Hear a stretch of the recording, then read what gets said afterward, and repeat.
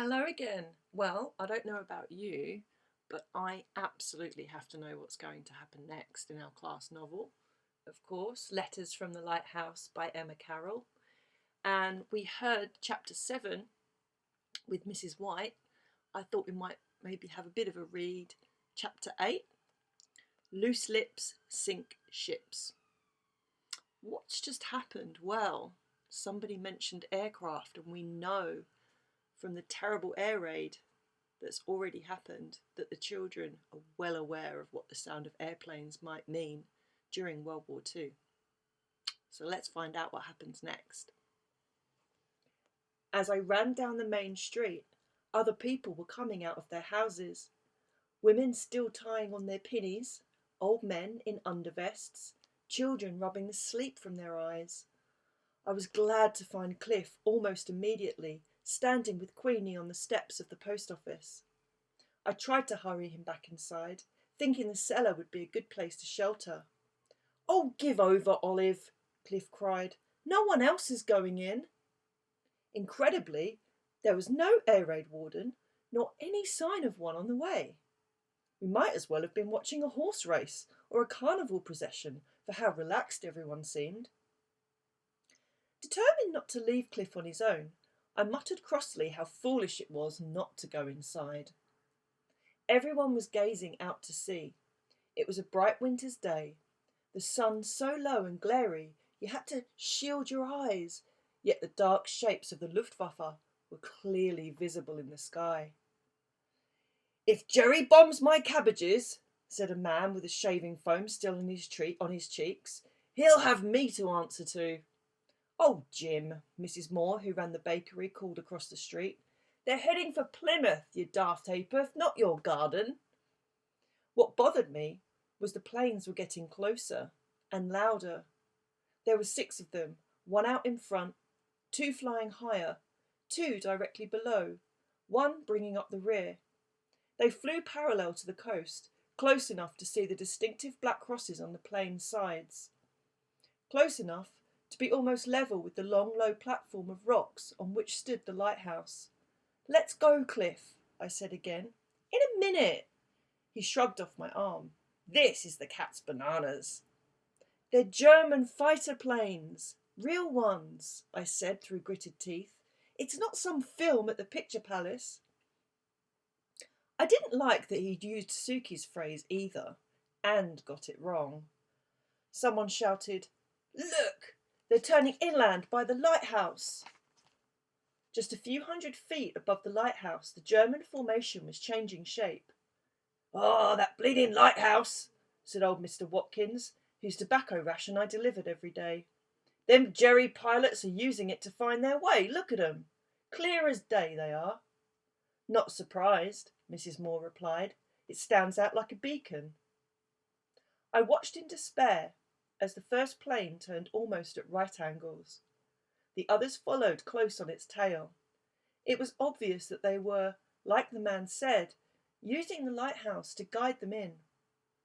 Out of the corner of my eye, I saw Queenie bend down and pick something up off the ground. Within moments, the sky above us darkened. Everyone cowered down. I grabbed Cliff and we clung to each other. It was terror on my part, though Cliff was grinning madly. At little more than roof height, the planes went over. You could see numbers on their undersides, the sections of metal held together with rivets. The stench of burning engine fuel made my throat catch, and the noise! It was so horribly high-pitched I thought my ears would burst. "Geez!" Cliff yelled. I couldn't bear to look any more. It was then I noticed Queenie. She was the only person in the street not cowering. Her arms raised, she was hurling stones at the planes. I don't know if she hit them. It was her face that shocked me more. Glasses askew, teeth bared, she looked almost savage. Once the last plane had gone over, a stunned silence fell. It made the ringing in my ears even worse. Then all at once everyone was talking in that jokey, shrill way people do when they've been scared and we're relieved it's over. Finally, Cliff let me drag him back to the post office where, once inside, we started babbling with nervous excitement. If they'd turned their guns on us, we'd all be dead. I snapped my fingers, just like that. It was amazing, Olive. Terrifying, more like. The plane was so close, wasn't it? Did you see what their pilots did? It was like the lighthouse was a signpost or something, telling them where to turn. Did you see what Queenie... I stopped, reddening. Queenie had come in close behind us. I thought she'd overheard. Luckily, though, she was deep in conversation with Mr. Henderson. If Frame wouldn't take her, Mrs. Henderson was saying. He's too busy with the lighthouse. Huh? Queenie tutted irritably. And the rest of us aren't busy. I suppose, so it's easy for me to take her. I wondered who they were talking about. It's probably just his way of saying that he doesn't want her finding out before it's all arranged, Queenie cut in. We mustn't get her hopes up. Sounded rather mysterious to me. Mrs. Henderson nodded. You know how he is, dear. He doesn't get attached to anyone, does he? He'll never marry that one, not after what his father was like when his mother died. Poor Ephraim's seen enough heartbreak to last him a lifetime. We all have, Queenie retorted, though she honestly didn't seem heartbroken, not like Mum did. She looked as tough as steel. Then she sighed. All right, one more won't make much difference. She can double up with Olive in the attic. Before I fully realised what was happening, there were 3 people, not 2, in front of us.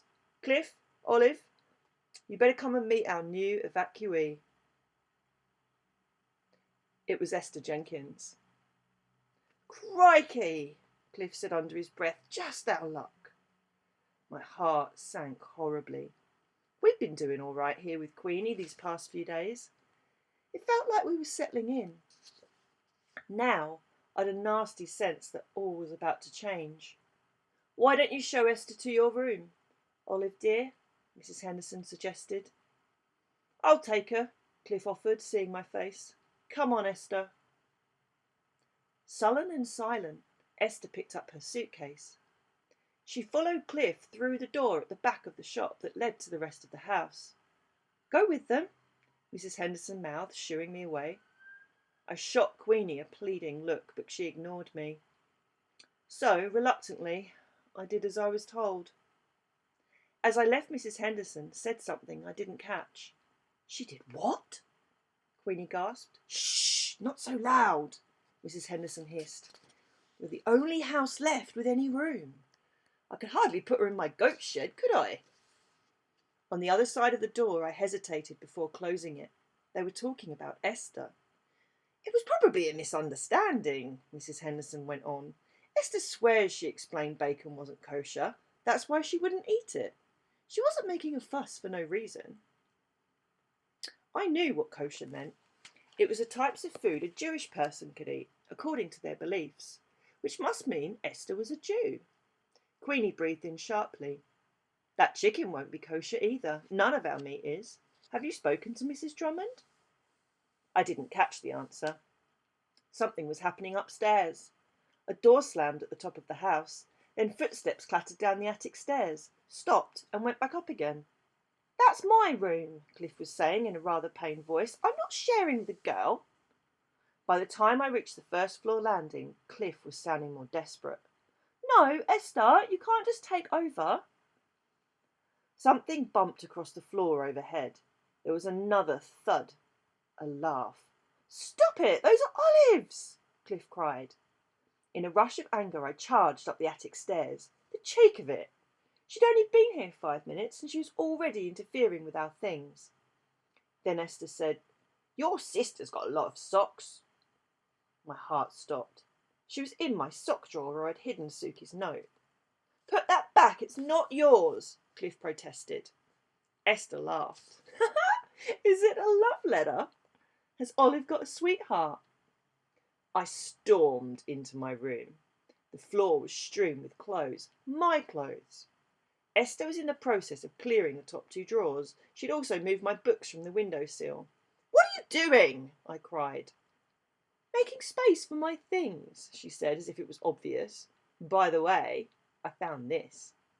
Between her fingers she twirled Suki's note. It had been very recently opened. I licked my lips. Is it a love letter? Esther asked again. No, I don't think so. Don't you know what it says? She was surprised. So it's a secret code. Isn't that a bit dangerous? I wiped my palms on my skirt. I knew what she was implying and took a step towards her. Are you calling me a spy? Esther Jenkins slowly smiled. I don't think I mentioned a sister, did I? I realised then what I'd done. I'd put my size 5 foot right in it.